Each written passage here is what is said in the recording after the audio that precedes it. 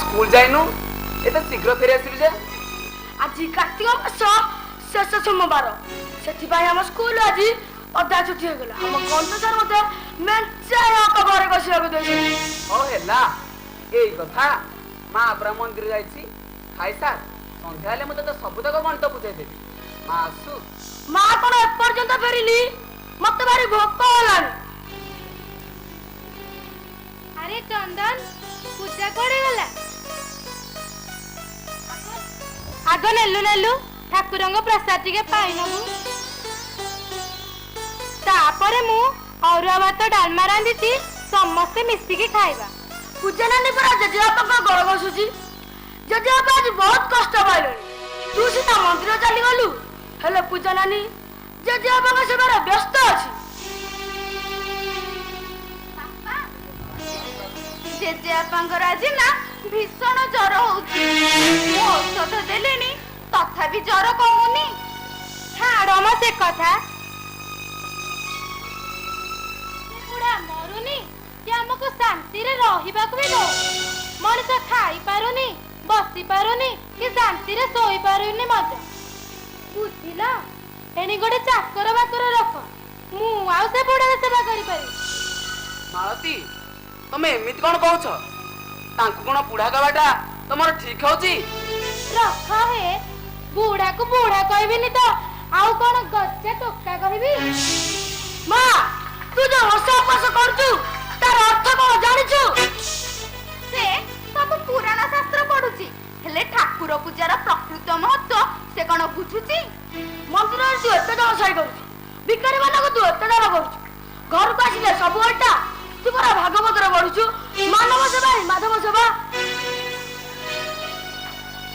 सकल दिहि नारायण देखि संतोष भगवान शिव मंदिर रे 108 कलश जल ढाली जल साई करबा अपेक्षा रास्ता गडर 5टी गछ मूଳରେ से पानी ढालले ताठारु अधिक पुण्य मिलिबो छपनटा कि निर्जल उपवास करबा केउ शास्त्र रे लिखा होछि एहा द्वारा केवल शरीर असुस्थ हेबो आज छपड़ के मानी काली कहबो मु मांस खाइबी ए की प्रकार आशा मालती उपवास रो अर्थ ने भोकर रहिबा उपवास रो अर्थ होछि समर्पण हाउ हेला तमे बाप पुण्य मिसी मते आते बुझाओ आसो खाइबा आसो ईश्वर समयरा ईश्वर समयरा ईश्वर समयरा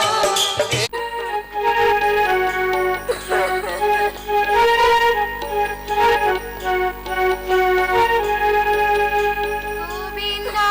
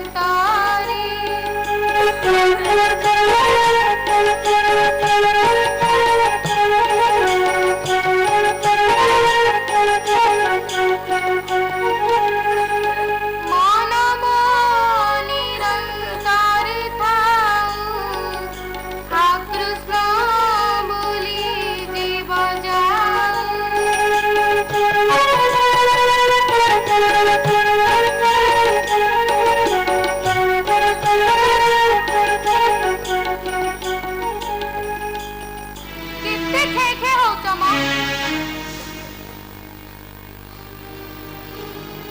ତମେ ଚାହୁଁନ କି ଆମକୁ ଶାନ୍ତିରେ ରହିବାକୁ ବି ଦଉଁ?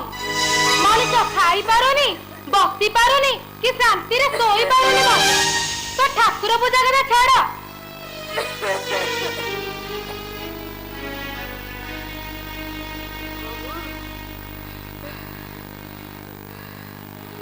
ମାଳତୀ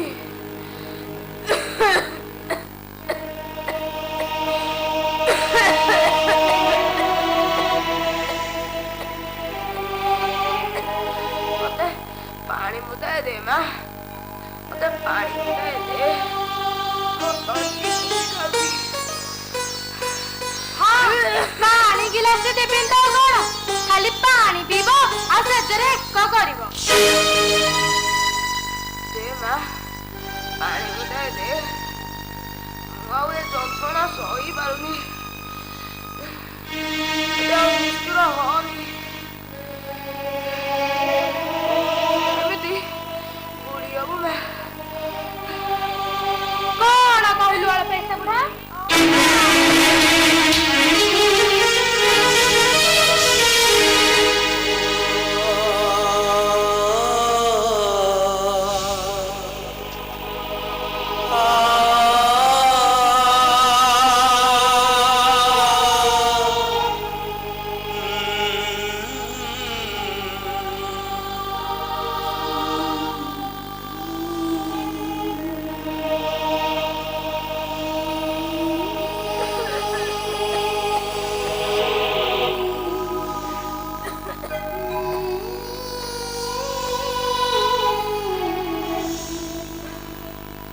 ନାରାୟଣ,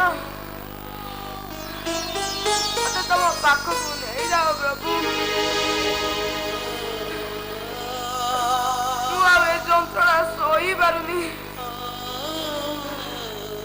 ଆରେ ଏ ସତ୍ୟ ପୂଜା,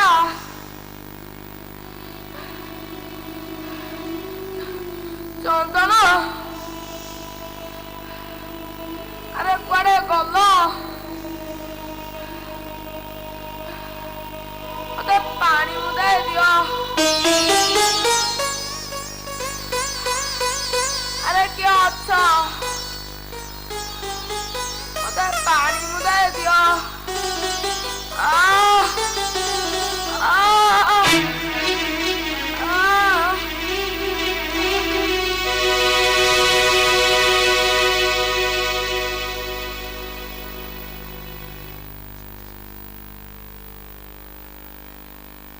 ବାପା ଉଠ, ବାପା ଔଷଧ ଖାଇବ। ଏଇ ଔଷଧ ଖାଇଦେଲେ ତୁମ ଦେହ ପୁରା ଭଲ ହୋଇଯିବ। ବାପା ଉଠ, ବାପା।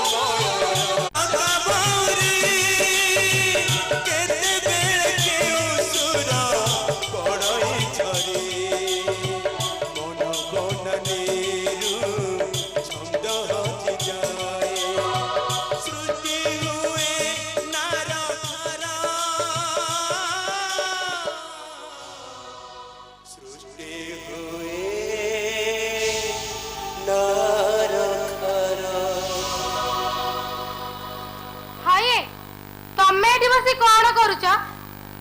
ମୁଁ ସିଆଡେ ତମକୁ କେତେ ଖୋଜିଲି।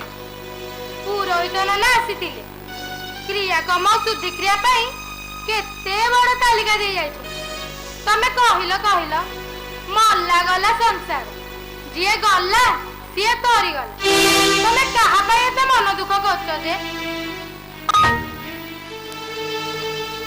ଗାଁ ଲୋକଙ୍କ ମତରେ ଏ କ୍ରିୟାକର୍ମ ଶୁଦ୍ଧିକ୍ରିୟାଟା କରିଦେଲେ ଆମ କାମ ଶେଷ।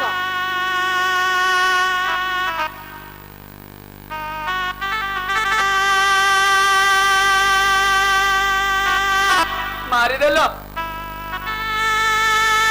तमे मो बापा को मारिदेल ना।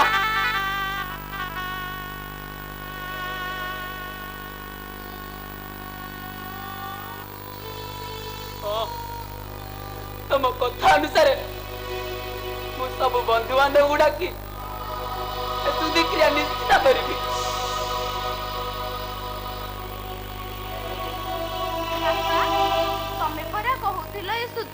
କିଛି ଲାଭ ନାହିଁ। ମଣିଷ ଶରୀରରୁ ଆତ୍ମା ଚାଲିଗଲେ ଶରୀରଟା ଶବ ପାଲଟି ଶ୍ମଶାନକୁ ଚାଲିଯାଏ। କହୁଥିଲ ଏ ଜୀବ ଯିବାର ନିକଟେ ନେଇ ସଞ୍ଚୟ ଅନ୍ୟ ଗୋଟେ, ଅର୍ଥାତ୍ ଆତ୍ମା ଅନ୍ୟ ଗୋଟେ ଧାରଣ କରେ। ଶରୀର ନାହିଁ କି ଆତ୍ମା ନାହିଁ, ତେବେ ସୁଦ୍ଧା କାହା ପାଇଁ, ଶ୍ରାଦ୍ଧ କାହା ପାଇଁ? ହରେ ପୁଅ, ଏ ମଣିଷ ଏକ ସାମାଜିକ ପ୍ରାଣୀ। ଏ ସମାଜର ନୀତି ନିୟମକୁ ମାନି ଚଳିବାକୁ ପଡିବ। କହୁଥିଲ ଶ୍ରଦ୍ଧା ରୂପର ଶ୍ରାଦ୍ଧ, ମଣିଷ ବଞ୍ଚିଥିବା ବେଳେ ଯେଉଁ ସେବା କରାଯାଏ ତାହା ହିଁ ପ୍ରକୃତ ଶ୍ରାଦ୍ଧ। ତେବେ ମୃତ୍ୟୁ ପରେ କ୍ରିୟାକର୍ମ କି ପ୍ରକାର ସଂସ୍କାର? ହଁ ବାପା, ଏ କୁସଂସ୍କାରକୁ ଦୂର କରିବାକୁ ପଡିବ। ବଞ୍ଚିଥିଲା ବେଳେ ବାପା ମାଆକୁ ଭଲ ଖାଇବାକୁ ଦେବା ଓ ସେମାନଙ୍କର ସେବା ଶୁଶ୍ରୂଷା କରିବା ହେଉଛି ଶ୍ରାଦ୍ଧ। ଆଉ ମରିଗଲା ପରେ ଏ ପାଣି ପାତ୍ର କାହା ପାଇଁ? ପାଣି ପାତ୍ରେ କାହାକୁ ଦେବି, ପାଣି ପାତ୍ରେ କାହାକୁ ଦେବି।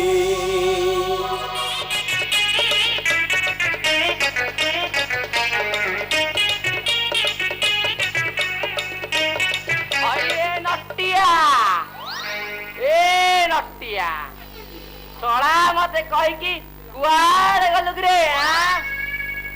ମୁଁ ଅପେକ୍ଷା କରି ସକାଳୁ ସଞ୍ଜ ହେଲାଣି, ଏପଟେ ସତ୍ୟ ବାବୁ କେତେ ଭୋଜି ଭାତ କରିଥିବେ। ଶଳା ମଣିଷ ଭୋଜି ଖାଇବା ବୋଲି ସୋଡା ପାଣି ବି ବସିଛି। ଭାଇ ଏଇଠି ଓଳି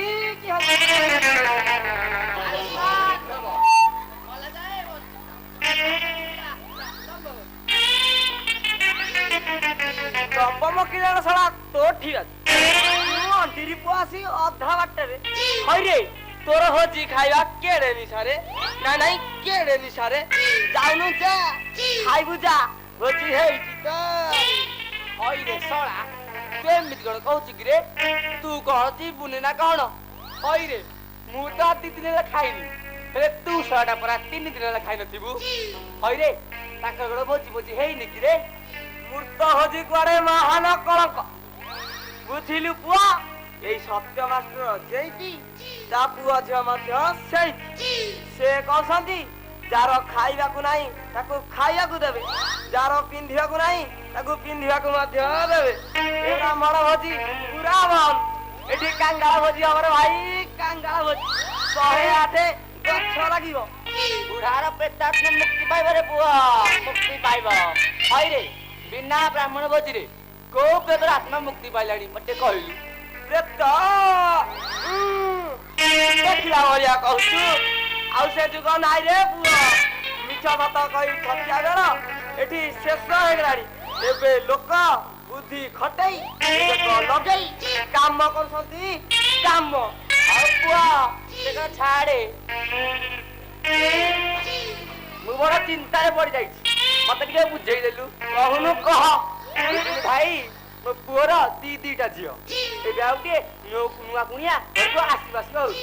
ମୋ ସ୍ତ୍ରୀ କହୁଛି ଆଉ ଦରକାର ନାହିଁ।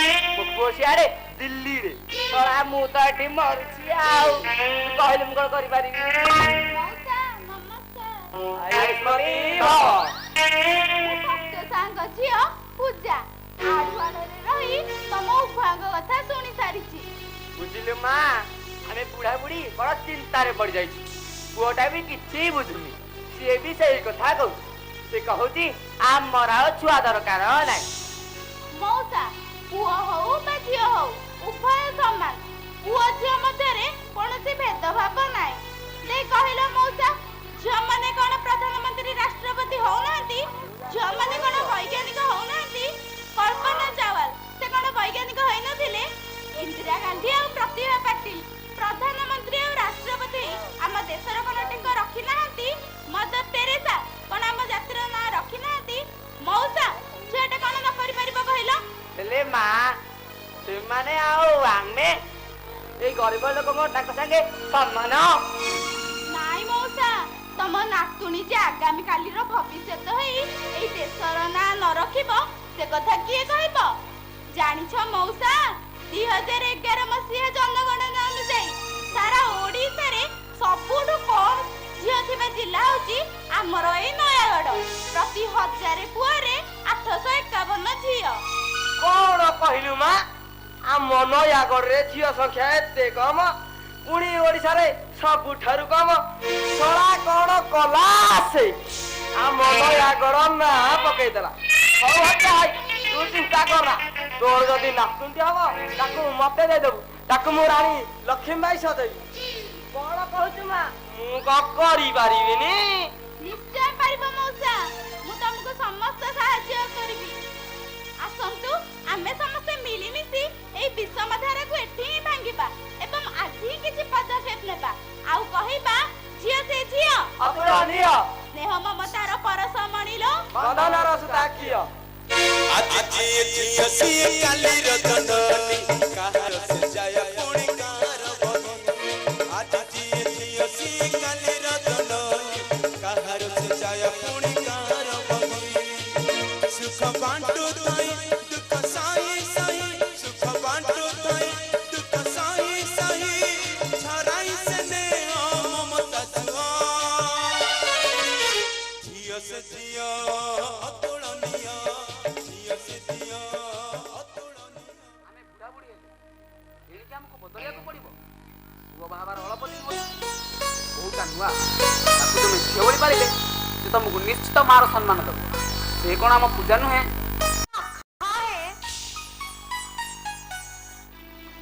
ତମେ ତ ସବୁବେଳେ ଖାଲି ସୁଧାରିଆ କଥା ଗୁଡା କହୁଛ ନୂଆ ବୋଉଟା ଯେ ଲିପା ନାହିଁ କି ପୋଛା ନାହିଁ ଚିତା ନାହିଁ କି ଝୋଟି ନାହିଁ ଗୋବର ପାଣି ନାହିଁ ସକାଳୁ ଉଠି ଶାଶୁ ଶ୍ୱଶୁରଙ୍କୁ ମୁଣ୍ଡିଆ ମାରିବ କଣ ସେ ତ ଢିଙ୍କି ପରି ଶୋଇଛି ସକାଳ ଆସି 9ଟା ହେଲା ବୋହୂ ହେଇଛି ବୋହୂ ସେ ପୁରା ଛୋଟ ଝିଅଟା ତାର କଣ ବୟସ ହେଲାଣି ତାକୁ ତମେ ସବୁ ଶିଖେଇବ ବତେଇବ ଆହା ଯଦି ବୋହୂ ସ୍ୱାଗ ଏତେ ବଳେଇ ପଡୁଛି ତମେ ଟିକେ ଯାଇ ତାକୁ ଶିଖେଇ ଦଉନ ତମ ନୀତି ଉପଦେଶ କେମିତି ପାଳନ କରୁଛି ମୁଁ ଟିକେ ଦେଖନ୍ତି ମୁଁ ଆଉ ତମର ସେବା କରିପାରିବିନି ଏଥର ତମ ବୋହୂକୁ କୁହ ସିଏ ତମର ସେବା କରିବ। ହଁ ତମେ ଯେମିତି ଶାଶୁ ଶ୍ୱଶୁରଙ୍କ ସେବା କରିଛ ତାହା ତ କହିଲେ ନ ସରେ ଦେଇଥିଲେ ପାଇ ଯାହା ଦେଇଛ ତାହା ହିଁ ପାଇବ ତମେ କାହିଁ ପୁଅ ବୋହୂକୁ ଆଶା କରୁଛ ହଉ ଚାଲ ବୋଉ ଟିକେ କାମ ଦାମରେ ସାହାଯ୍ୟ କର ମୋର ଆଉ କଣ ବୟସ ଆସୁଛି କାମ ଦାମ କରିବା ପାଇଁ ମୋ ଦେହ ମୁଣ୍ଡ ଝିମି ଝିମି ହେଇଯାଉଛି ଲୋମା ମୁଁ ଆଉ ଘର କାମ କରିପାରିବି ସିଏ କଲେ କରୁ ନହେଲେ ନାହିଁ। ମା ତୁ ଟିକେ ଆରତୀକୁ ଘର କାମରେ ସାହାଯ୍ୟ କରିବୁ ମୋର ଆଜି ପରିବେଶ ପ୍ରଦୂଷଣ ଉପରେ ଗୋଟିଏ ସଭା ଅଛି ବୃକ୍ଷରୋପଣ କରିବାର ଆବଶ୍ୟକତାକୁ ନେଇ ଏକ ସଚେତନ ସଭାର ଆୟୋଜନ ହେଇଛି ମୋର ସେପଟେ ବହୁତ କାମ ମୁଁ ଆସୁଛି ମା ଆସୁଛି ଆରତୀ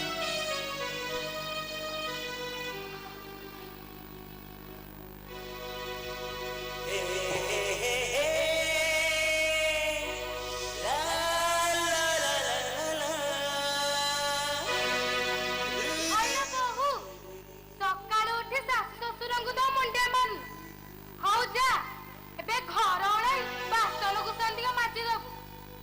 नुआ बोटा बासन मजा काई कहउछ तमे कोन टिके बासन माज देले हबनी मो बासन मजबा सिखिनी मो बासन मजबा को तमर को बहु ही केस नथिले निज काम निजे कर मु सब काम करि परबिनी तमे रांधि के देले मु खाइबी ना होले मु मो बाप घर को चले जिबी कोन कहलु सबा खाई ना ना कोन कहलु बाप घर को चली जिबू अरे सुनु जा तम बहु कण कहूची फुकड़ा बली छिराज कोन ए रांदर छिरा कहूची सुना सेमिति गाली मन करि बनाइबो मते जहा कहछ कुआ मो बाप घरे ना धरिबनी सेमिति तमरे कोन गले टीट फट दैट सेमिति दिया को सेमिति पूजा हो मारती तमे रागनी मां जेति के पारुछ सेति कर ए गुरुजन मानकर कथा मानिले तमरा मंगल हेबे मां मंगल हेबो मां तमे तो ए घर को आस्तिला कोन बासन माजुतिला रोसई करतिला सासु ससुर को सेवा करतिला खबर दे कोन कहलु बडा मुई मो मुहरे उत्तर देउछु एक कथा चोरी मनी मां चेष्टा को पस्ता ए भूल केबे करबनी नहले बद्धु निर्गतन अपराध रे मामू घर देखे देबे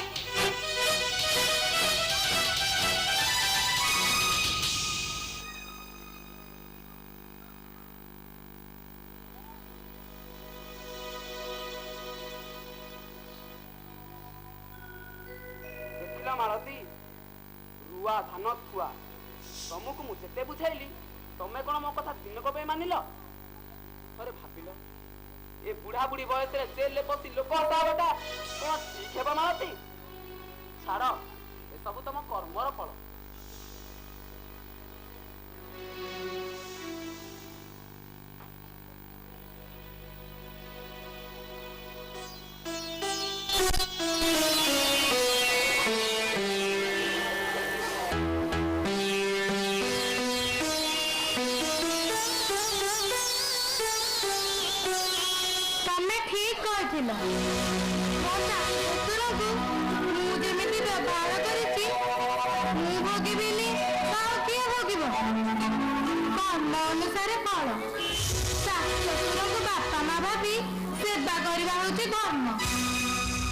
पूजा पाठ करी जियंत देवता को नचिनी मु अपराध करिछि बहु को झियो बोली न भाबी मु भूल करिछि हेइति मु आउ से भूल करबी मते क्षमा करि दियो ओ हेला तम भूल तुम बुझी पारिछ